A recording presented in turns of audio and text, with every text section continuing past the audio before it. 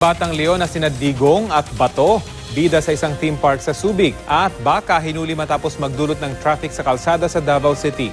Yan at iba pang mainit na balitang probinsya, hatid ni Mav Gonzalez.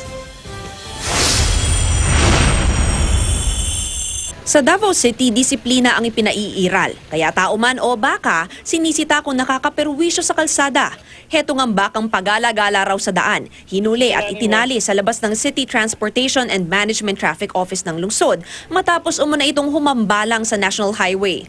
Ayon sa mga traffic enforcer, nakatanggap sila ng reklamo mula sa mga motorista na nagiging sanhi ng traffic ang mga pagala-galang baka. Tila napapabayaan daw kasi ng mga may-ari ang mga alagang baka, kaya nakaabot ito sa daan at nakakaperwisyo sa mga motorista.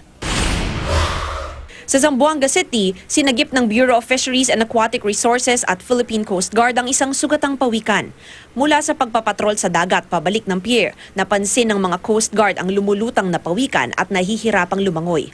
Agad nilang ibinaba ang isang rubber boat para lapitan at sagipin ang pawikan.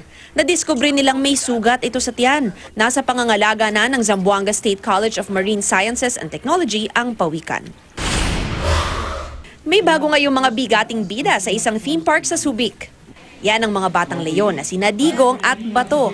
Kasing tapang daw ang mga ito ni na Pangulong Rodrigo Duterte at PNP Chief Ronald Bato de la Rosa, kaya sa kanila isinunod ang pangalan ng dalawang leon.